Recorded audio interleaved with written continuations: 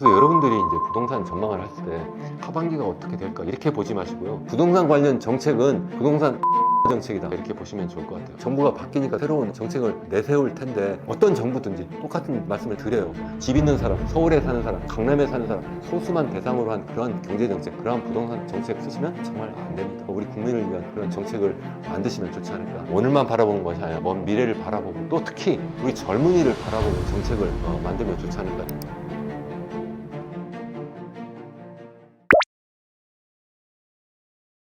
글쎄요, 뭐 전반적으로 이제 전국적으로 보면 분위기가 안 좋죠. 이게 안 좋다는 이야기가 뭐 사실은 이제 듣는 분에 따라 다르죠. 집을 사야 되는 분 입장에 생각하면 집값이 떨어지는 게 좋은 거고요. 팔아야 되는 분의 입장에 생각하면 집값이 올라야 좋은 건데, 저는 전반적으로 집값이 좀 너무 많이 올라 있다 이렇게 평가하는 사람이기 때문에 집값이 좀 전반적으로 하향 안정화되면 전 좋다고 생각을 해요. 그런 면에서 보면 전국적으로 일단 하향 안정화되는 것은 정말 다행이다 이렇게 생각을 하고 있고, 다만 서울 그것도 아주 특수한 몇 개 지역은 집값이 도리어 최근에도 좀 지난번 토지거래 허가구역을 이제 완전 해제했다가 다시 더 추가하는 뭐 이러한 해프닝이 있었는데, 그 이후에 다시 집값이 좀 많이 올라가는 그런 분위기도 있고 매물도 좀 많이 줄어들었다 이런 이야기도 있는데, 이게 계속될 거라고 생각은 안 해요. 저는 이제 잔파도만 이렇게 볼 것이 아니라 좀 긴 호흡을 가지고 좀 장기적인 추세가 어떻게 변화하느냐 이렇게 생각을 해보면 전반적으로 집값은 앞으로도 계속 하향 안정화 될 수밖에 없지 않을까. 적어도 시장의 원리로 보면, 시장의 수요 공급 원리로 본다면 그렇다는 말씀이에요. 그 수요 공급 이야기를 제가 했습니다만, 수요하면 첫 번째는 인구가 어떠냐, 인구가 늘어나냐 주느냐, 그것도 인구가 젊은 인구가 느냐 주냐, 값이 줄어들고 있죠. 예전에 한때 막 늘어나가지고 집값이 올랐는데 이제 정반대 현상이 나타나고 있다. 두 번째는 똑같은 인구라도 소득이 빨리 늘어나면 그럼 또 수요가 늘겠죠. 근데 이번에 어때요? 계속 경제 성장률이 계속 줄어들고 있다. 지금 장기적으로 0%대로 지금 막 가고 있다 이렇게 말씀드리고 있고, 특히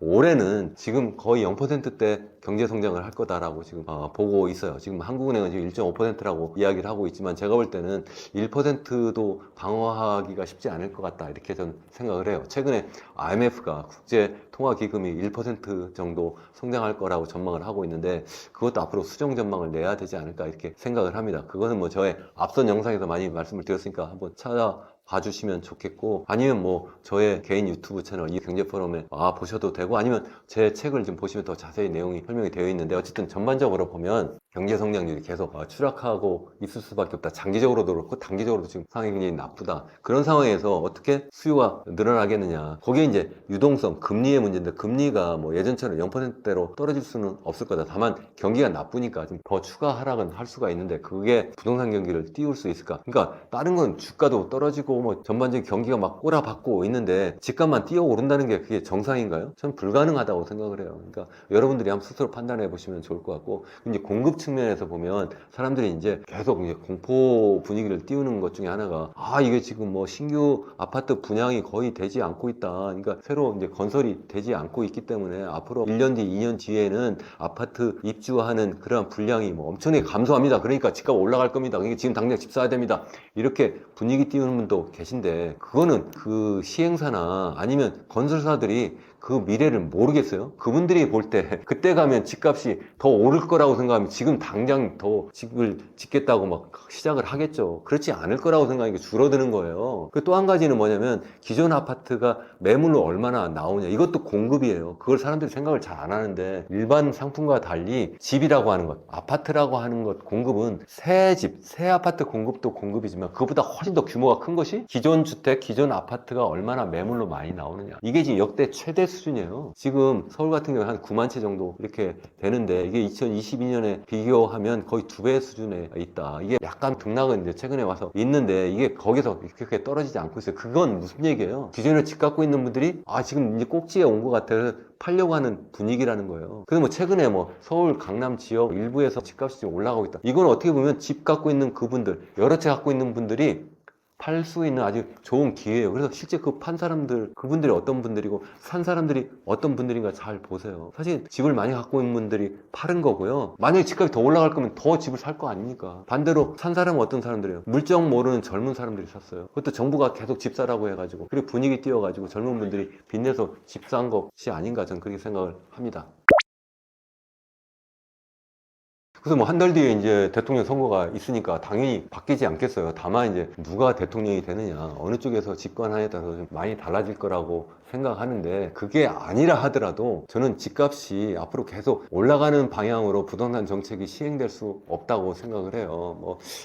지지난 정부요, 이제는 문재인 정부 때나 아니면 윤석열 정부 때 결과적으로 보면 정책 실패가 집값을 띄우는데 굉장히 중요한 역할을 했어요. 그래서 문재인 정부 때도 집값이 최소한 서울 기준으로 두세 배 이렇게 올랐는데, 그 절반은 정책 실패고 절반은 바로 이 코로나 이후에 유동성이 너무 많이 풀려서 그런 측면이 있었어요. 그래서 집값이 너무 많이 뛰니까 그래서 정권을 잃어버린 거거든요. 근데 이제 윤석열 정부 차원에서 이제 2022년 하반기부터 집값이 다시 또 서울 기준으로 한 20-30% 빠지고, 그러니까 둔촌 주공 사태도 나타나고, 그러니까 서울에서도 미분양 사태가 나니까 둔촌 주공 살리기 이런 정책으로 해서 그때부터 특례 보금자리론을 갖다가 2023년부터 시작을 했잖아요. 그래서 40조 풀고, 지난해에도 신생아 특례 대출에서 60조 풀고, 또 올해도 계속 60조 정도 풀겠다 이렇게 하면서 돈을 시중에 풀면서 이 소위 부동산 시장에 돈을 정책금융이라는 이름을 풀고, 그거 말고도 여러 가지 규제도 풀고, 30년 만기를 40년 만기 50년 만기도 해주겠다고 하고, 이런 식으로 집값을 띄우는 정책을 썼는데, 그건 무슨 얘기냐면 좀 전에 제가 말씀드린 것처럼 수요가 없으니까 젊은 사람들한테 내가 돈 빌려줄 테니까 시중금리가 싸게, 정책금융이라는 게 다 그거예요. 시중금리보다 1% 2% 싸게 빌려주겠다는 거예요. 젊으면. 그리고 또 이제 처음 집을 사는 사람이면, 그것도 결혼하고 아이를 가지면, 그러면 돈 빌려주겠다. 그러니까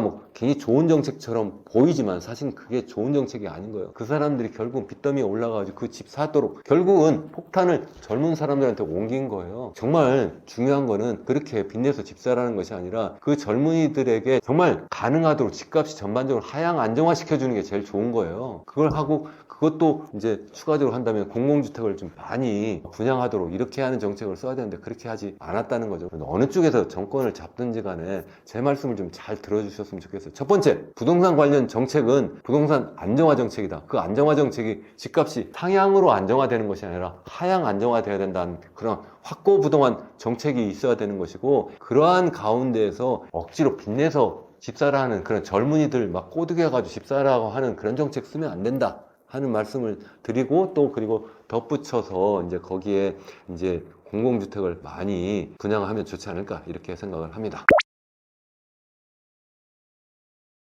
부동산 정책은 이제 경제 정책의 일부예요. 근데 이제 부동산 정책, 이제 부동산만 하는 사람, 특히 이제 건설교통부는 제가 생각할 때 이 건교부 장관이나 아니면 거기 일하시는 분들 정말 건설 경기가 죽으면 큰일 나는 거라 이렇게 생각해서 자꾸 그걸 띄우려고 하는데, 그러면 안 된다는 거고, 기획재정부도 제가 볼 때는 그게 꺼지면 경기가 전반적으로 다 위축되기 때문에 그게 큰일 난다 이렇게 생각을 하는데, 제가 볼 때 그렇게 보면 안 된다는 거예요. 좀 더 크게 우리 경제를 좀 들여다보면서 부동산 정책도 우리가 시행해야 된다 이렇게 말씀을 드리는 거고, 또 이것도 당장 오늘 그리고 또 이번 분기 올해 아니면 내가 재임하는 기간만 생각할 것이 아니라 더 중장기적으로 우리나라 경제가 어떻게 하면 지속 가능하게 정말 장기적으로 살만한 그러한 나라가 될 수 있는지, 그러한 정책을 좀 시행하면 좋겠다 등 그렇게 생각을 합니다. 그 이야기는 제가 좀 막연하게 들리실 수도 있는데, 우리나라의 투자 재원이 거의 부동산 쪽으로 다 가 있어요. 전반적인 투자하면 우리가 크게 보면 이 건설 투자가 있고, 그 다음에 설비 투자하고 R&D 투자가 있는데 거의 반반이에요. 우리나라가 전체 GDP에서 한 31% 정도가 이 투자 수요거든요. 그 중에서 한 15%가 부동산 관련된 그러한 수요예요. 그러니까 건설 투자 수요예요. 이거는 OECD 국가 중에 제일 높은 수준이에요. 우리가 너무나 투자 재원이 다 글로 몰렸다는 거예요. 거기다가 또 그렇게 하면서 자꾸 빚내서 집 사도록 하고,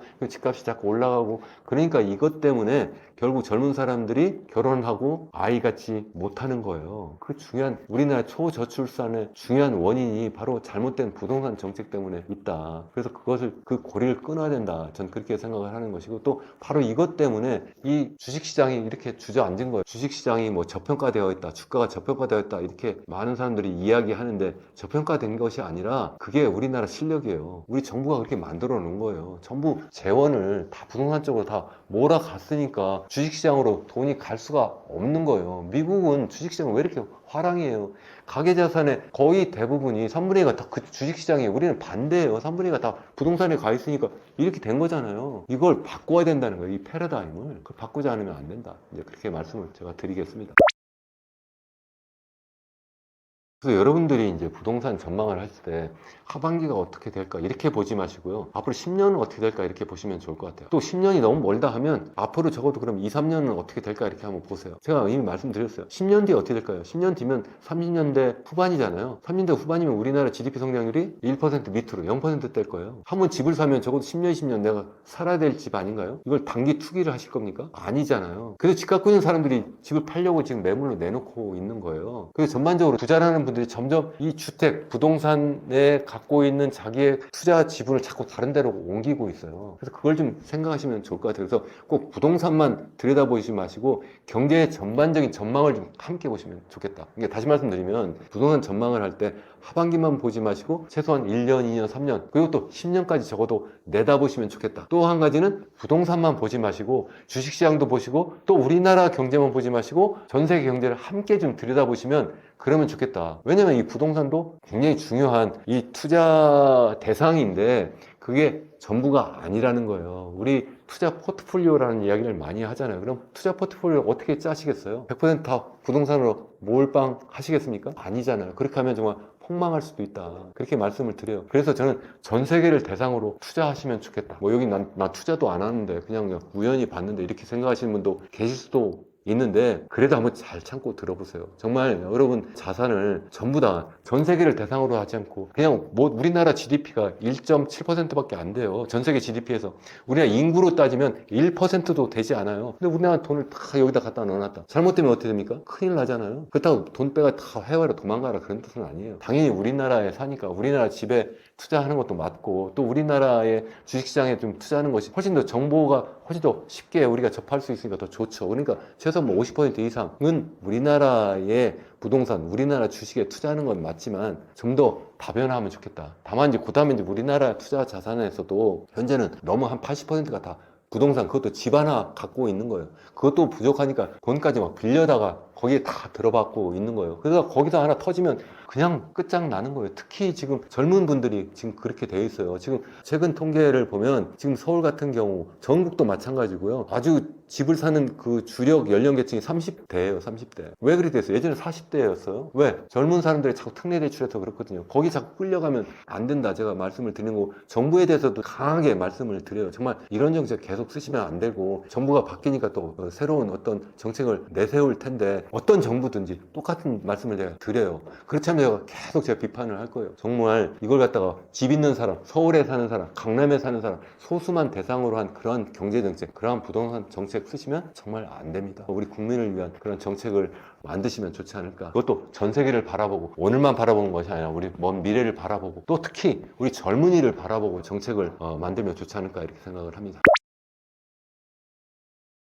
제가 뭐 1년에 시리즈로 우리나라 경제, 전 세계 경제, 그리고 또 부동산 정책, 뭐 인구 문제 뭐 등등 여러 가지 말씀을 계속 드렸는데요. 사실 이런 것을 한 번 정도 영상을 보고 여러분들이 100%뭐 공감하지 못하실 거라고도 생각을 합니다. 일부에서는 그게 말이 되느냐 이런 분도 계실 수 있는데 기왕이면 건설적인 비판을 해주시면 저도 그 가운데서 좀 많이 배우려고 좀 하고 있어요. 근데 너무 일방적인 뭐 비판을 하거나 아니면 제 말씀을 일방적으로 또 듣고 그러네 해가지고 그대로 또 너무 따라 하시는 것은 또 옳지 않다고 생각을 해요. 그래서 제가 여러분 모두 그 누구든지 간에 저는 투자자라고 저는 생각을 하거든요. 하다못해 현금을 갖고 있거나 아니면 내가 은행에 돈을 갖고 있거나 집 한 채 갖고 있는 것도 다 투자자예요. 그래서 행복한 투자자는 네 가지 원칙이 있다. 제가 꼭 말씀을 드려요. 첫 번째가 뭐냐면 전 세계를 대상으로 투자한다. 제가 아까 말씀드렸잖아요. 너무 한국만 바라보지 마시고 전 세계를 바라보면서 나의 투자 포트폴리오를 짜면 좋겠다 하는 말씀이고, 두 번째는 뭐냐면 너무 우리나라 거 하더라도 부동산에 몰빵하면 안 된다 하는 말씀을 제가 계속 드려요. 그래서 기왕이면 투자 포트폴리오 특히 다변화하면 좋겠다. 그동안은 부동산 불패였지만 앞으로는 그렇지 않을 가능성이 굉장히 크다 하는 말씀을 찾아드리고, 세 번째는 너무 현재만 바라보지 마시고 미래를 바라보는 그런 투자를 하면 좋겠다 이런 생각을 해요. 특히 미래라고 하는 것은 뭐 제가